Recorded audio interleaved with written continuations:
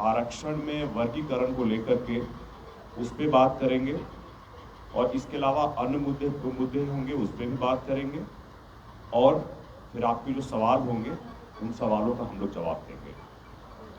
सबसे पहले हम लोग सुप्रीम कोर्ट पे जो डिसीजन आया हम लोग इसके खिलाफ हैं। ये बात को हमारे राष्ट्रीय अध्यक्ष एवं केंद्रीय मंत्री श्री चिराग पासवान जी ने भी अपने मन से कहा है, आपको भी संज्ञान में दिया है। देखिए, अनुसूचित जाति और जनजाति ऐतिहासिक रूप से जातिगत भेदभाव, जातिगत पूर्वाग्रह के कारण छुआछूत के कारण जो भेदभाव होता है, जो उनके साथ जातीय हिंसा होती है, समाज में बहिष्कार होता है, इसको लेकर के आरक्षण की व्यवस्था की गई थी कि हम इस समाज को जो सामान्य शिक्षा, सामान्य आर्थिक अवसर, सामान्य संपत्ति और ज़मीन का अधिकार जो नहीं थे, इसको लाने के लिए किया गया था।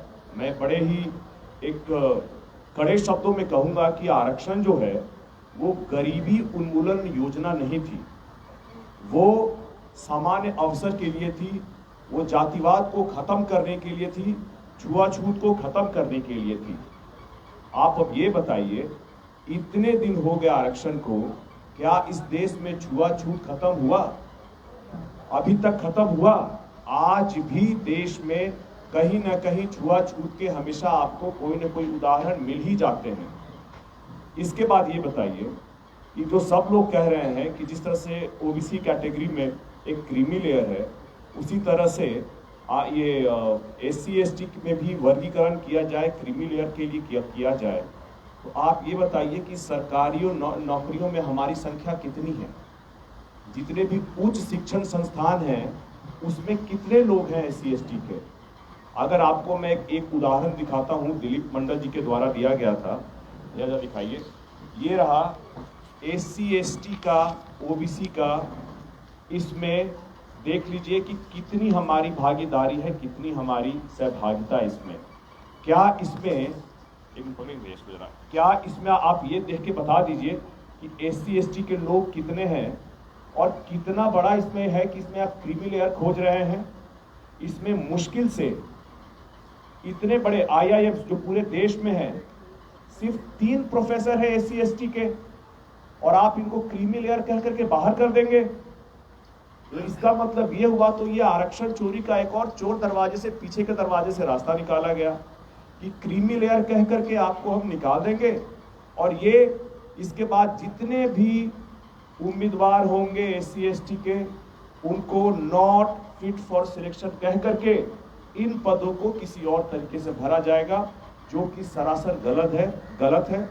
आज भी ये फिर सामाजिक न्याय के पक्ष में ये नहीं था, इसीलिए हमारा विरोध रहा है। और इसको लेकर के हम लोग प्रधानमंत्री जी के पास गए थे।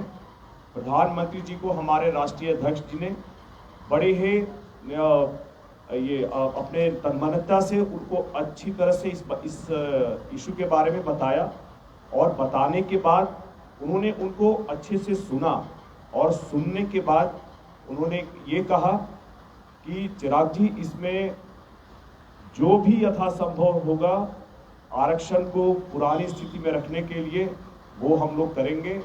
हम लोग आरक्षण में वर्गीकरण के खिलाफ हैं, और इस बाबत कल अश्विनी वैष्णव जी का भी एक शाम में सरकार की तरफ से बयान आया कि हम लोग भी आरक्षण में वर्गीकरण के खिलाफ हैं।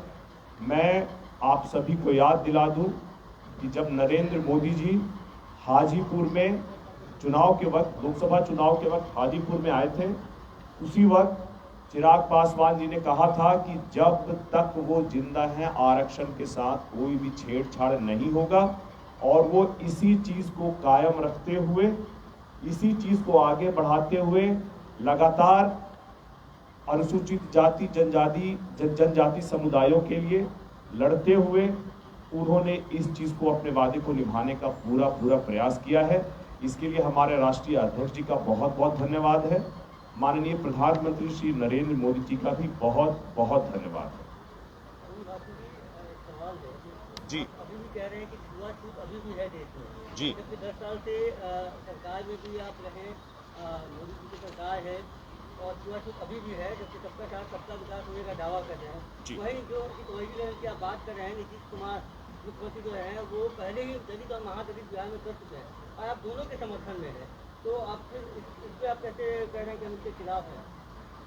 देखिए, सबसे पहले बात करते हैं नीतीश कुमार जी का जो ये डिवीज़न हुआ था ये दलित और महादलित पे, तो लगातार इस बारे में लेकर के हमारे अभिभावक पहले रामविलास पासवान जी और चिराग पासवान जी लगातार नीतीश कुमार जी से मिलते रहे हैं और जो भी समाज छूटे हुए हैं या ये जो वर्गीकरण है उसको खत्म करने के लिए जो भी समाज छूटे हुए हैं, जो भी उन सब सारी सुविधाएं दी जा रही हैं महादलित को, वो भी दलित समुदाय को दी जाए, इसके लिए प्रयासरत है। और इसमें आपने देखा होगा कि कहीं कहीं हमारे प्रयास सफल भी रहे हैं। दूसरी बात रही, दूसरा सवाल क्या था आपका? मोदी जी का जो 10 साल से सबका साथ सबका विकास है, हाँ। मतलब कि एक छुआछूत खत्म करना है, एक जैसा है सबको विकास देना है। देखिए, फिर भी आप छुआछूत जो है एक सामाजिक समस्या है और इसका जो हल है वो लगातार राजनीतिक तौर पे इसको राजनीति के तौर पे ही इसको खत्म किया जा सकता है, राजनीतिक प्रयासों से ही खत्म किया जा सकता है, समाज में जागरूकता ला करके।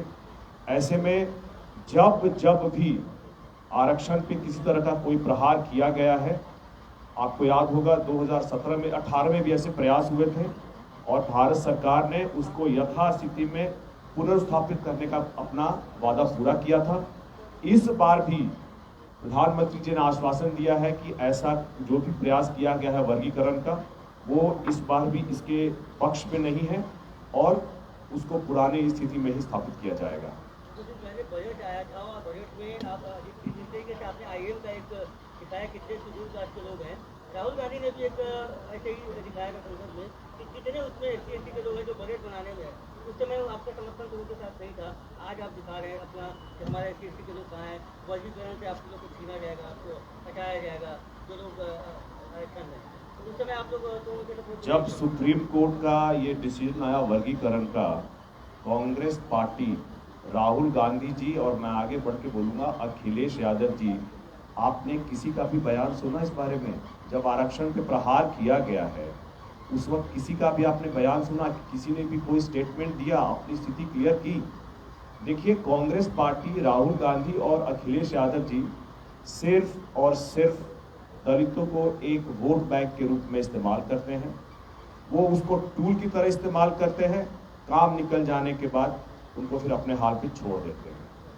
इसीलिए मैं बोल रहा हूँ कि जब उन्होंने आंकड़ा दिया कि बजट बनाने में कितने दलित थे, तो साथ में उनको ये भी आंकड़ा देना चाहिए था कि नेशनल हेराल्ड में जहाँ लोग काम करते हैं उसमें कितने दलित काम करते हैं। अगर सरकार सुप्रीम कोर्ट के फैसले के खिलाफ अगला देश नहीं लाती है तो क्या आप लोग का समर्थन फिर भी रहेगा सरकार के साथ? सरकार ने कहा है कि इसमें यथासंभव जो भी प्रयास ये करना है, जो भी करना होगा सरकार करेगी और हमें पूर्ण विश्वास है कि प्रधानमंत्री जी की तरफ से जो प्रयास किए जाएंगे वो बिल्कुल हमारे समाज के पक्ष में होंगे, अनुसूचित जाति और जनजाति समाज के पक्ष में होंगे। नहीं करेंगे तो समर्थन वापस देंगे? देखिए, आप अभी भविष्य के कयास लगा रहे हैं। कल ही बयान आया है कि सारे प्रयास करेंगे, पहले प्रयास करने तो दीजिए।